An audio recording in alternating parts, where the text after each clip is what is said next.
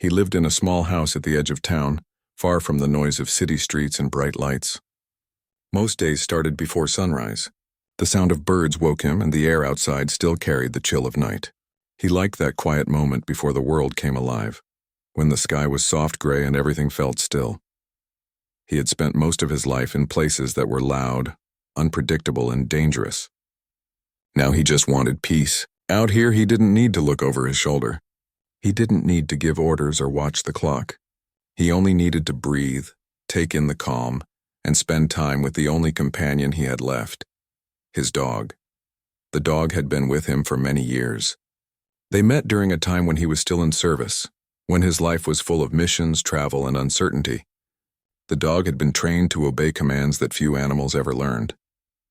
But for him, the dog was more than a partner in work. It became his family. After retiring, he brought the dog home, promising that they would both live the rest of their days in peace. Every morning, they ran together along the dirt road that curved through the trees.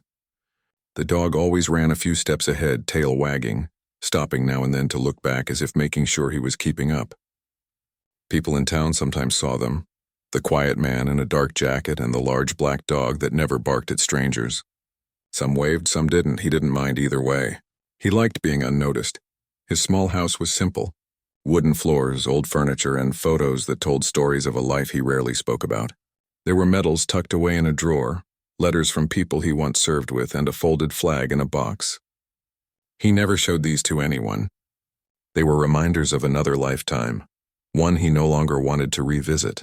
He cooked his own meals, fixed things around the house, and spent evenings sitting on the porch with the dog by his side. Sometimes he'd toss a ball or stick across the yard just to watch the dog chase it. It was a quiet happiness, the kind that didn't need words or plans. Neighbors described him as polite but distant. He'd wave or nod when they passed by, but rarely stopped for small talk. It wasn't because he was unfriendly. He just didn't know how to talk about the past without remembering too much. He had seen things, lost people, and carried memories that never really left him. The only one who understood him completely was that dog. The dog had a gentle nature. It never attacked, never barked at children, and often sat near the fence watching the world go by. It had a way of sensing moods. On hard days when he was quiet or distracted, the dog would rest its head on his leg as if to say, "I'm here." On good days it followed him everywhere, waiting for the next command or adventure. He didn't have family nearby.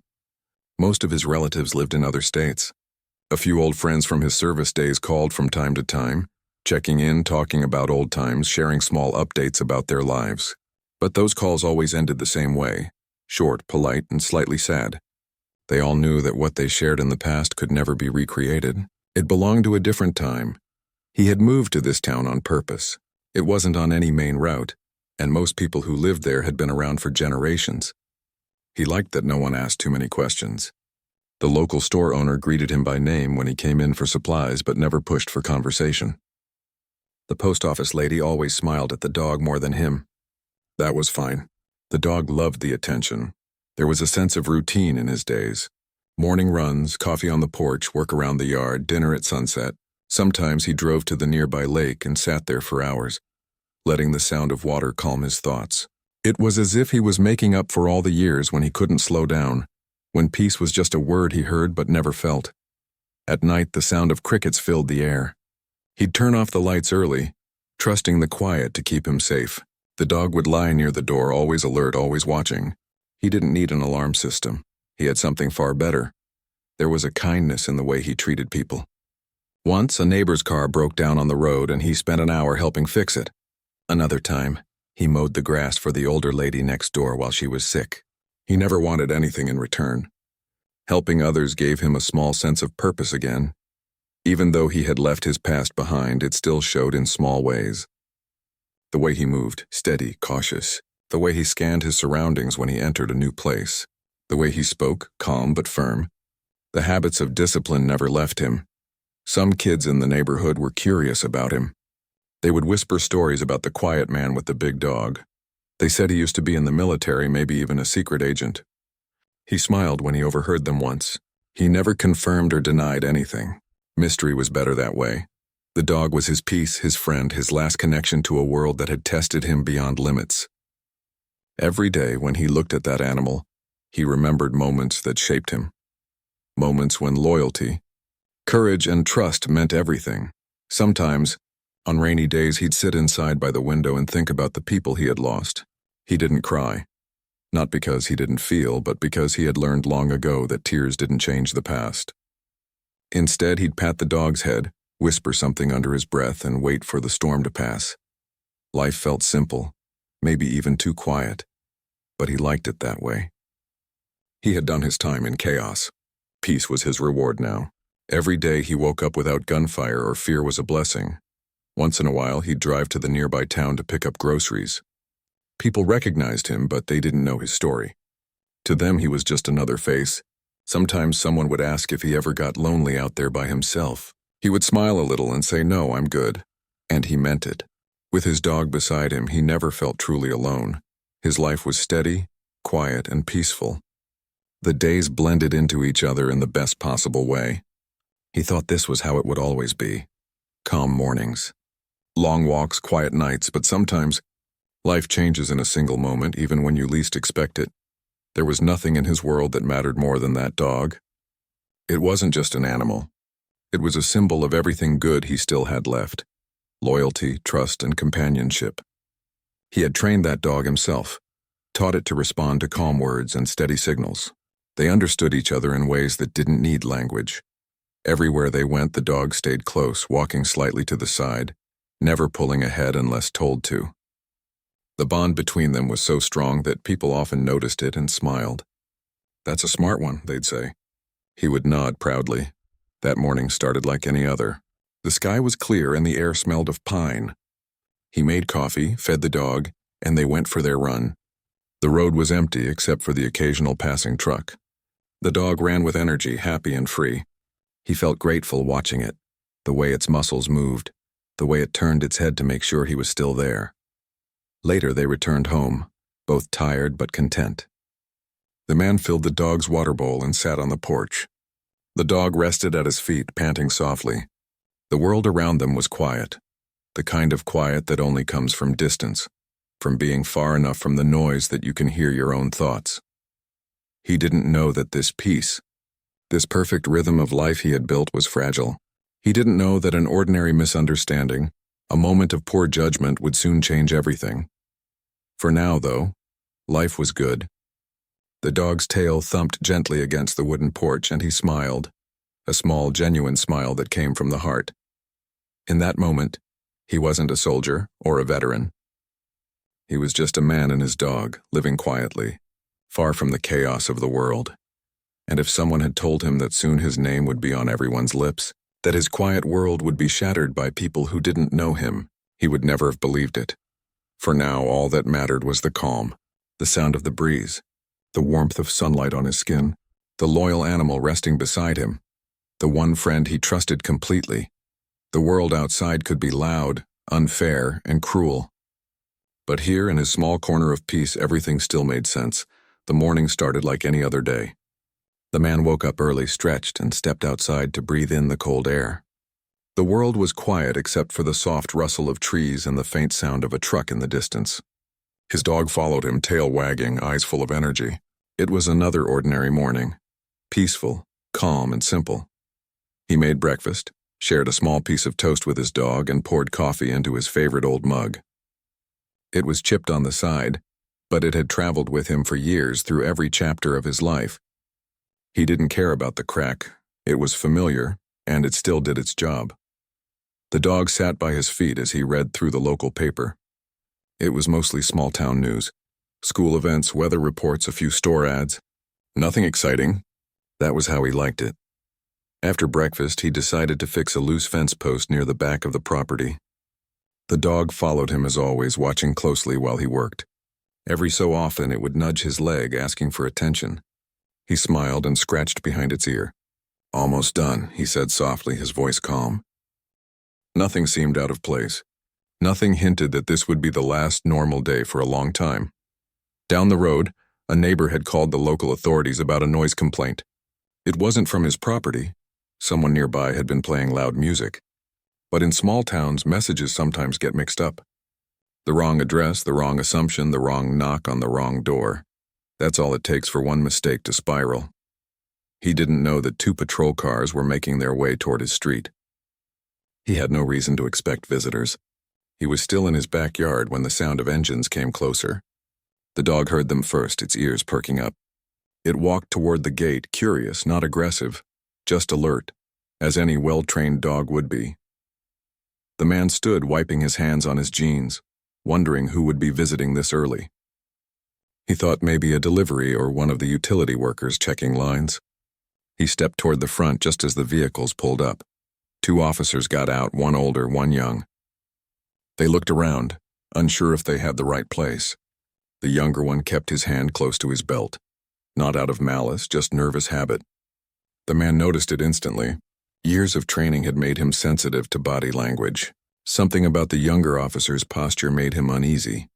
He walked slowly toward the gate, raising his hand in a calm greeting. The dog stood beside him, quiet, alert, tail low but wagging slightly.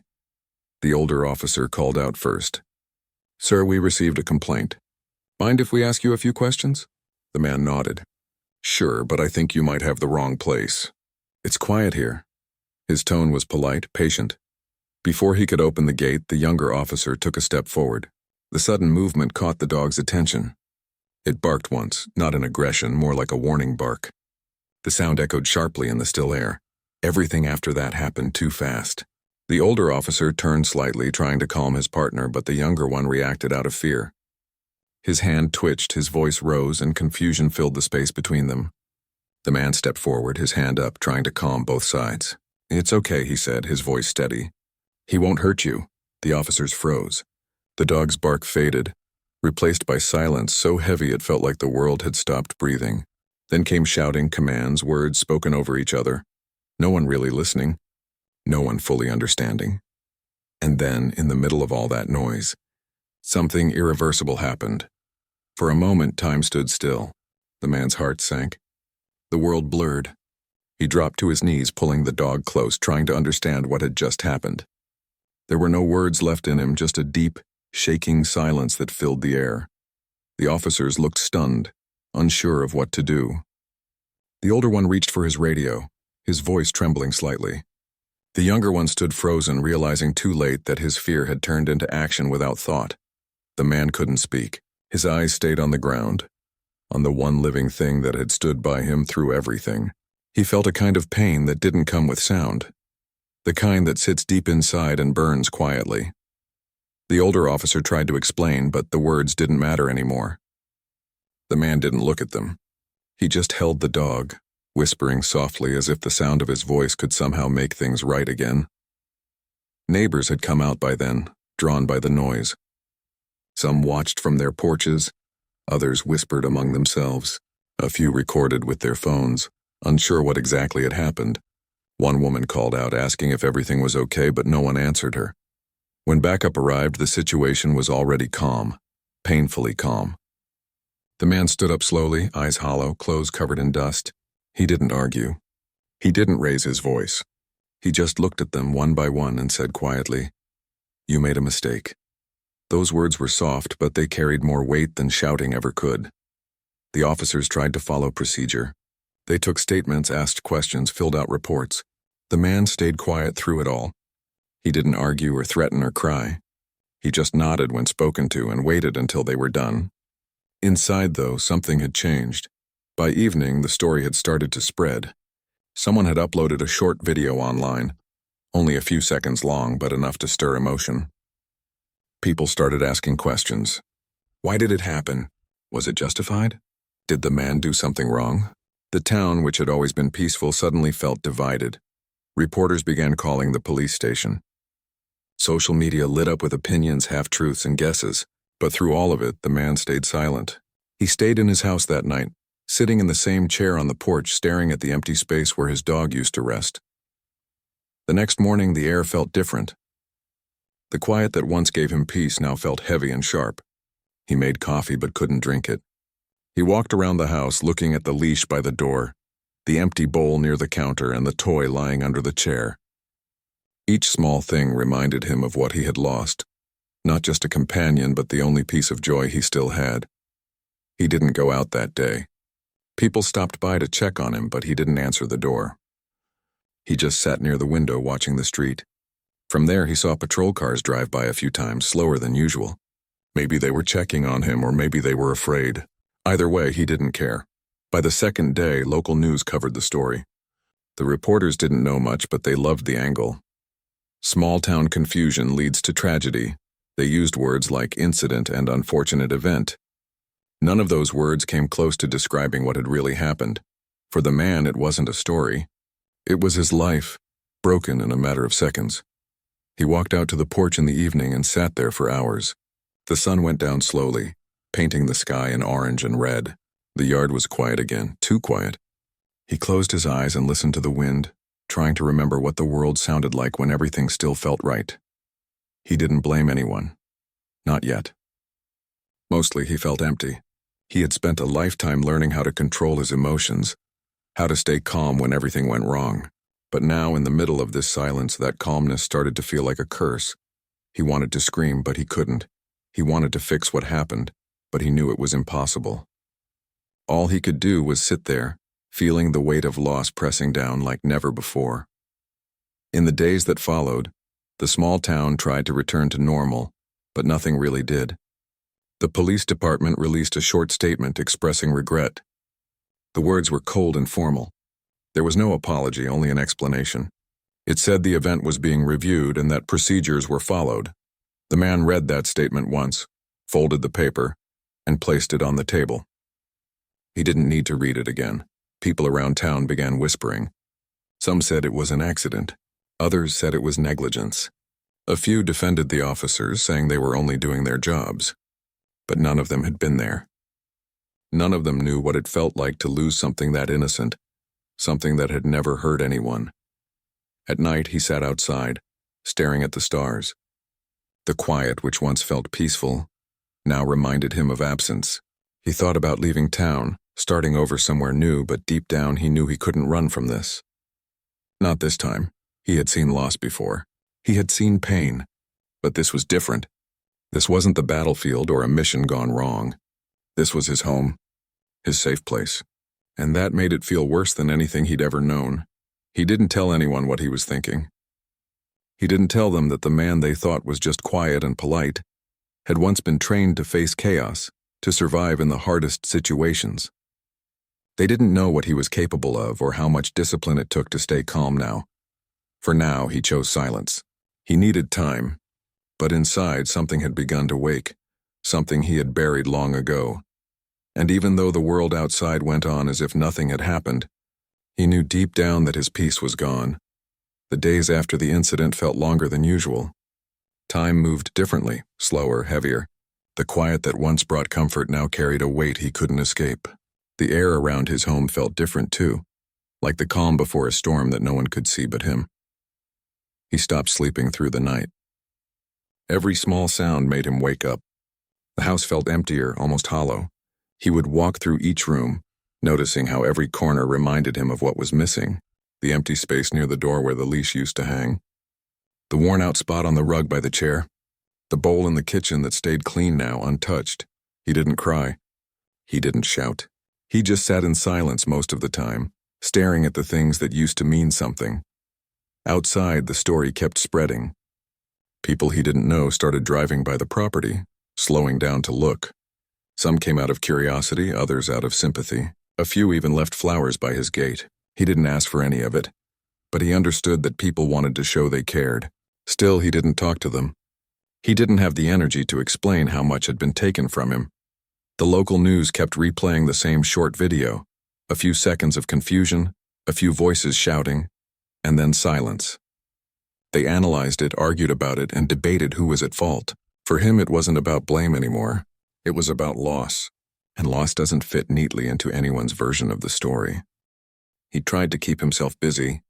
He cleaned, fixed small things around the house, and even tried to take long walks by himself. But walking alone felt wrong. Every time he reached a familiar path, he half expected to see the dog running ahead. The empty space beside him was unbearable. One morning, he went to the small store in town. People looked at him differently now. Some looked away, unsure what to say. Others gave small nods of sympathy. The store owner offered to cover his groceries, but he refused politely. He didn't want charity. He just wanted normalcy, though deep down he knew that normal was gone.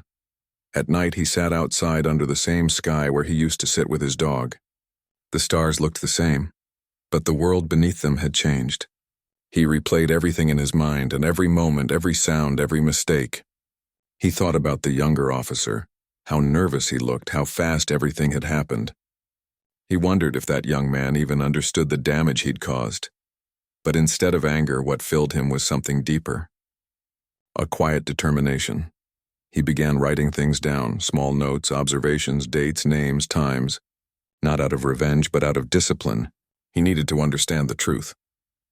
He wanted to know how the mistake happened, how the system could allow it, and why no one was being held accountable.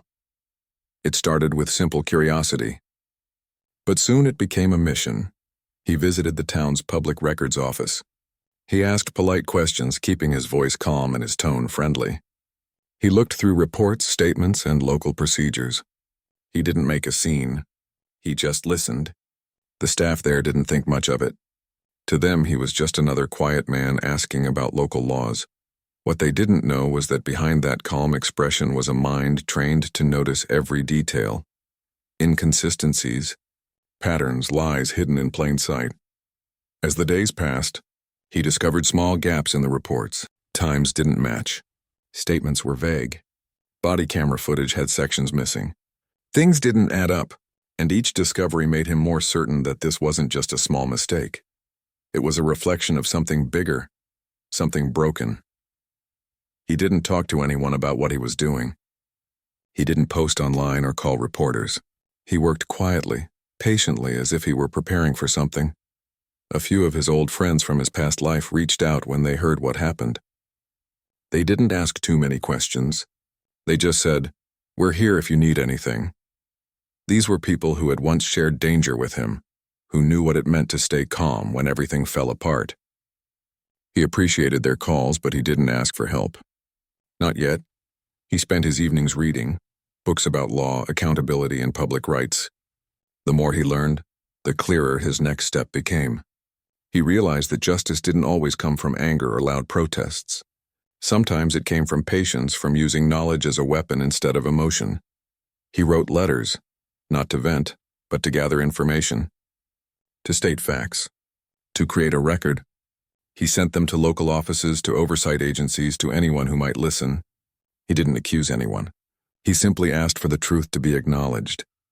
The responses he got were slow, careful, and full of official language.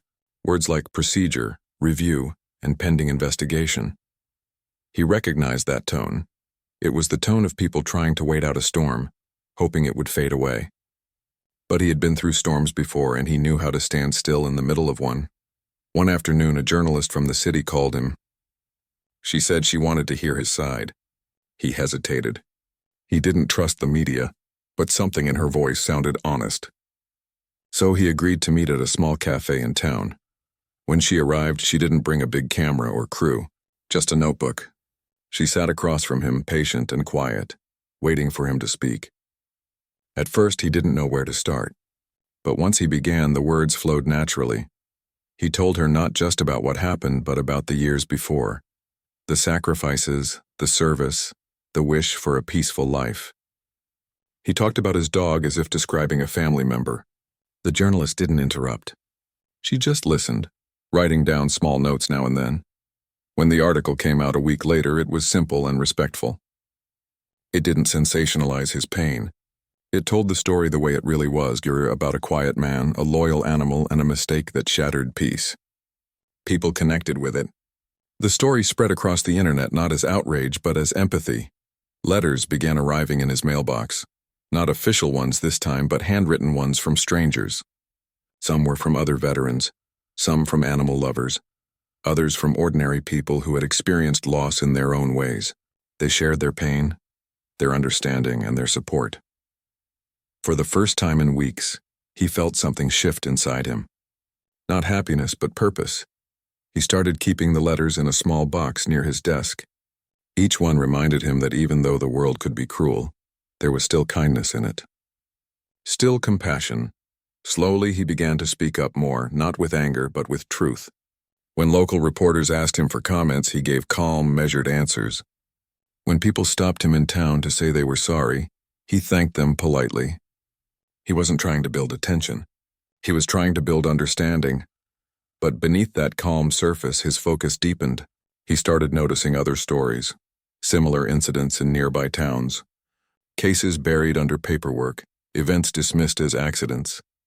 He began to connect the dots, realizing that what happened to him wasn't isolated. It was part of a larger problem that many people simply ignored.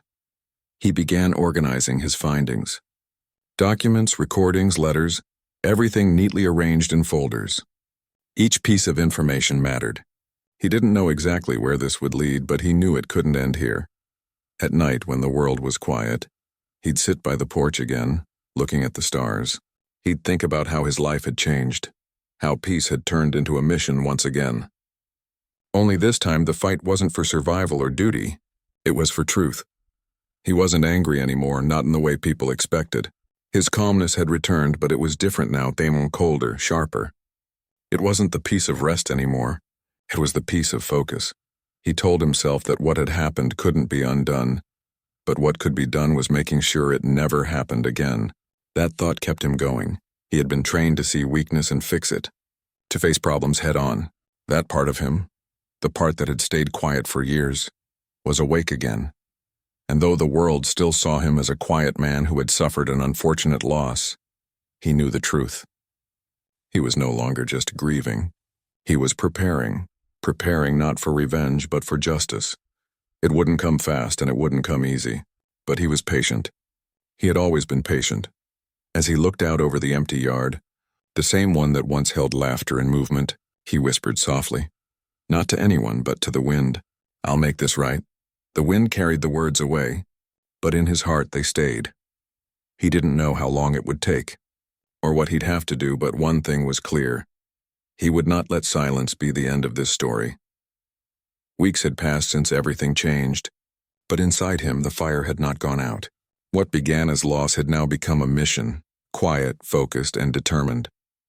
He woke each day with a plan in his mind, though he rarely spoke of it to anyone. The small town around him moved on as if nothing had happened. The news cycle had slowed down, and people found new topics to talk about. But for him, this story was far from over. Every morning he sat at the small table near the window, a cup of coffee in hand, going over notes and papers he had gathered. His house, once filled with silence, now had the soft rustle of pages and the faint sound of typing. He had learned how the system worked, and how it tried to protect itself.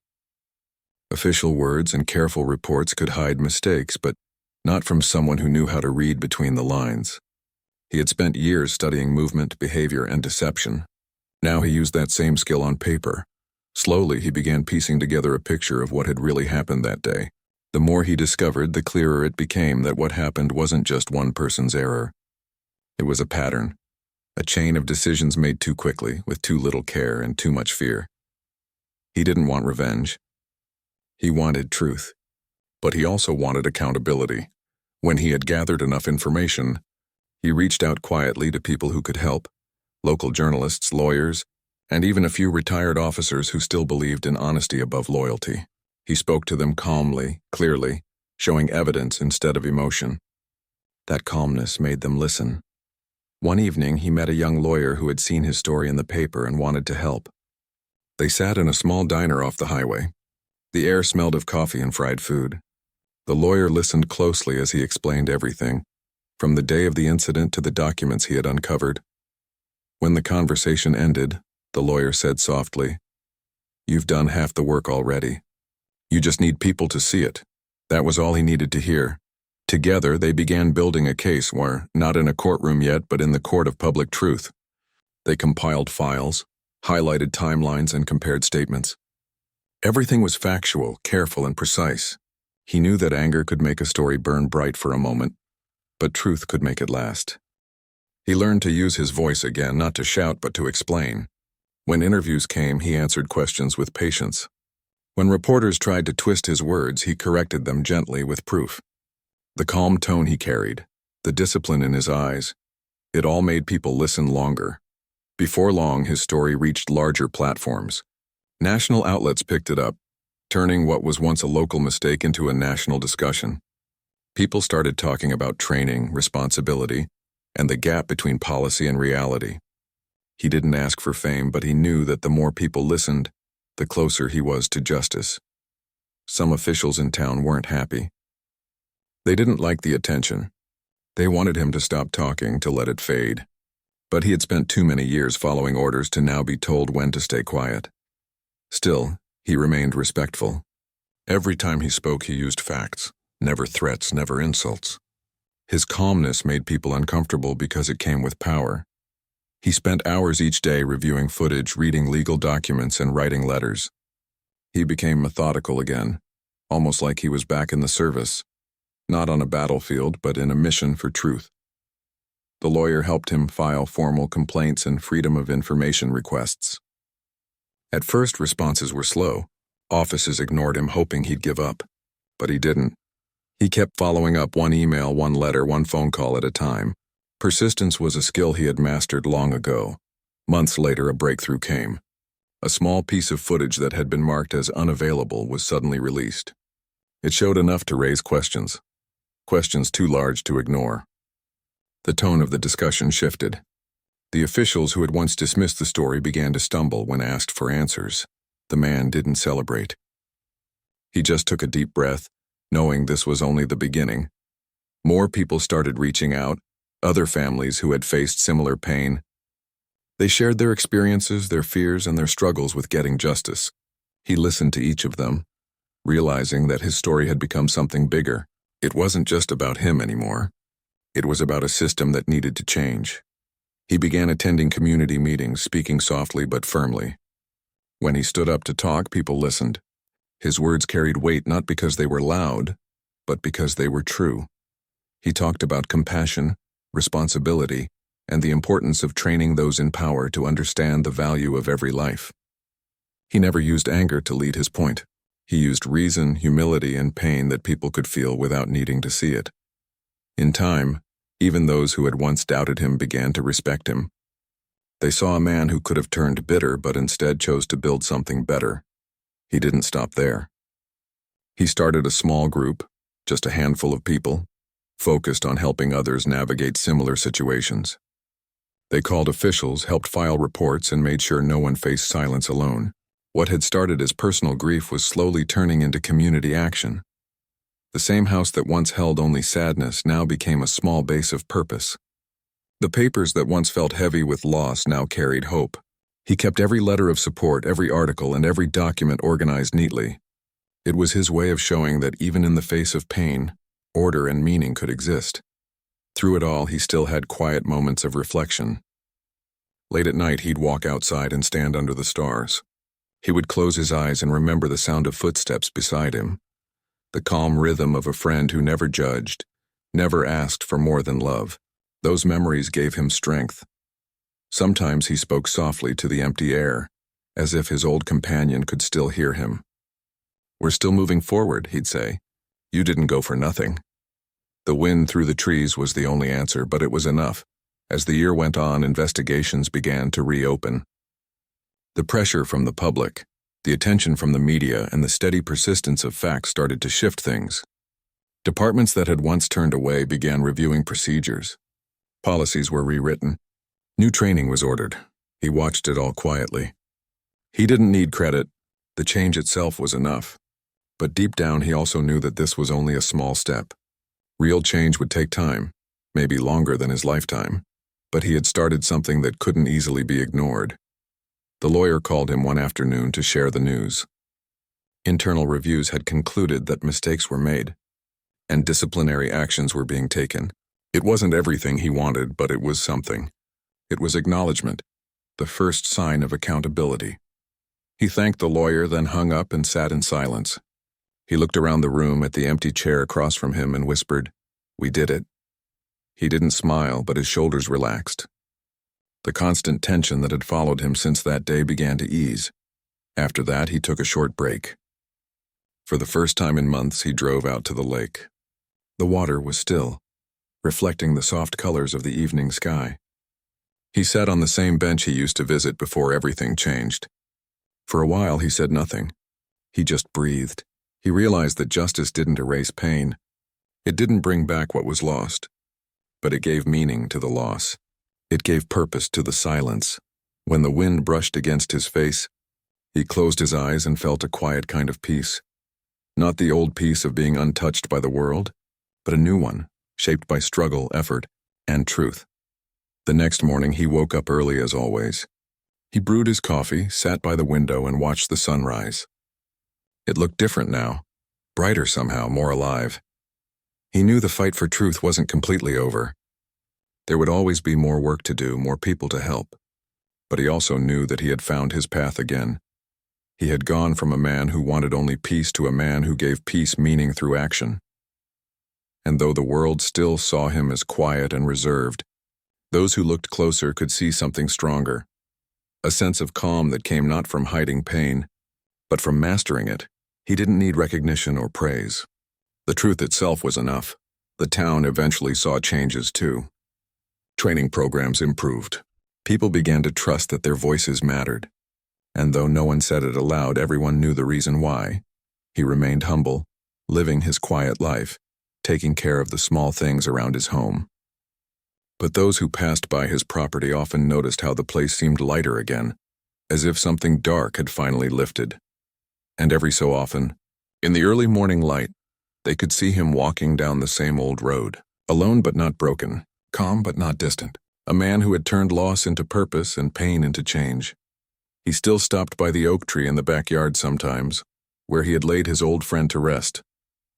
He would stand there for a long moment, his hand resting lightly on the wooden marker. No words were needed.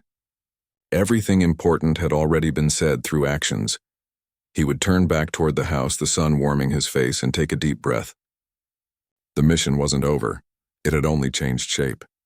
Now it was about helping others find the same quiet strength he had found within himself. And as he walked, there was something steady in his step again, not the heaviness of grief, but the rhythm of peace rebuilt from truth. Months turned into a year, and the noise of the world slowly faded. The story that once filled headlines had become a lesson in accountability, a quiet reminder that truth could rise even when buried deep. For him, life began to feel different now, not easier, but gentler. He had spent so much time chasing justice that he almost forgot what stillness felt like. Now, when mornings came, he didn't rush to check his emails or read new reports. He simply sat by the window with his coffee, watching the sunlight move across the floor. The silence that used to feel heavy now felt peaceful. The house was still filled with memories. Sometimes he would catch himself expecting to hear the soft footsteps that once followed him through the yard. Those moments still hurt, but the pain had changed shape. It was no longer sharp. It was quiet, like a memory that simply wanted to be remembered. One morning, a letter arrived in the mail. It came from one of the families he had helped through his small community group. They wrote to thank him for standing by them when no one else would listen. At the end of the letter, they said, "Because of you, we didn't give up." He sat with the letter for a long time, reading those words again and again. It reminded him why he had chosen not to give in to anger. His fight had never been about revenge. It had always been about making sure others didn't suffer alone. Over time, more letters came. Some from people he knew, others from strangers who had seen his story. Each one carried its own emotion, gratitude, hope, sometimes even apology. He kept every letter in a small wooden box. On quiet evenings, he'd open it and read them, not to feel proud, but to remember that his pain had turned into something meaningful. He still kept in touch with the lawyer who had helped him. They spoke every few weeks, checking on new developments and talking about how policies were changing across the state. The lawyer often said that what he had started had gone further than anyone expected. It had inspired reform in places far beyond their town, but he never thought of himself as a hero. He was just someone who refused to stay silent. When the day came for him to testify before a grand jury, he felt no fear.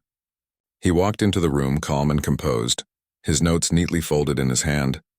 He told his story the same way he had told it all along, with honesty, patience, and dignity. The room was silent as he spoke. Every word carried years of experience and emotion.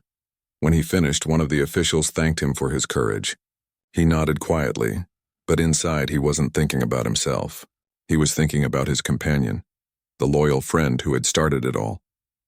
After the hearing, he walked out into the sunlight, feeling something he hadn't felt in a long time. Release. It wasn't happiness exactly, but it was close. It was peace earned, not given. He didn't go home right away. Instead, he took a slow drive through the countryside, windows down, letting the warm air fill the car. The fields rolled past, golden and calm. For the first time in months, he didn't feel the weight of responsibility pressing down on his shoulders. He stopped by the lake again, the same one he used to visit before everything changed. The air was cool and still, and the reflection of the sky in the water looked like glass. He sat down on the familiar bench, watching the ripples move across the surface. He thought about the years he had spent in silence after leaving the service, the years he spent trying to live quietly. Back then, he thought peace meant staying invisible. Now he knew peace meant using your voice, not to fight, but to heal. As the sun began to set, he closed his eyes and whispered softly, "We did it." He stayed until the stars appeared, then drove home under a sky full of light. When he arrived, the porch light cast a warm glow across the yard. The oak tree stood tall at the edge of the property, its branches moving gently in the breeze. He walked toward it, feeling the cool grass beneath his feet. The wooden marker was still there, weathered but strong. He knelt beside it for a long time, saying nothing. Sometimes words weren't needed. The silence said everything, the pain, the love, the growth, the forgiveness. After a while, he reached into his pocket and pulled out something small, a cloth patch from his old uniform. The edges were frayed, the colors faded, but it still carried the weight of his past. He placed it gently beside the marker. He whispered, "You taught me more about loyalty and love than any battlefield ever did." Then he stood up, brushed the grass from his hands, and looked toward the horizon. The night air was cool, carrying the scent of earth and pine. In that moment, he realized that life was not about erasing pain but learning how to live with it. He had learned that healing didn't mean forgetting. It meant understanding. Days turned into weeks again, but now his life had rhythm and balance. He volunteered with the local community center, helping veterans adjust to civilian life. He spoke at small gatherings, not as an expert, but as someone who had learned the hard way that silence is never the answer. People often came up to him after his talks to shake his hand. Some shared their own stories, their own losses. Each one reminded him that connection was the strongest form of healing. He never sought recognition, but his quiet strength drew people to him. They saw in him not a soldier or an activist, but a man who had faced pain with grace and turned it into purpose. Every so often, he would return to the lake or walk through the woods, just to breathe and remember. Nature had always been his refuge, a place where he could think clearly. Now it was also where he found gratitude for what he had lost, for what he had learned, and for what he had become. He started keeping a small journal, writing down simple reflections each morning. Some days it was only a line or two. Things like "peace takes time" or "truth doesn't shout, it waits." Those small notes became reminders of his journey, the quiet path from grief to peace. The community around him continued to grow stronger. More people began speaking up, helping one another and holding those in power accountable. He didn't take credit for it, but he knew he had played a part in lighting the spark. One evening, as he walked through town, a group of kids playing in the street waved at him. One of them shouted, "Hey, that's the man from the story." He smiled, gave a small wave back, and kept walking. He didn't mind being recognized anymore, because now when people saw him, they didn't see a man who had lost everything. They saw someone who stood up when it mattered. Back at home, the night settled quietly around him. He sat on the porch listening to the distant sound of crickets. The stars were bright above and the moonlight touched the edge of the oak tree. He thought about how strange life was, how something so painful had led him to something so meaningful. Sometimes the hardest moments were the ones that pushed people toward who they were meant to be. He took a slow breath and smiled faintly.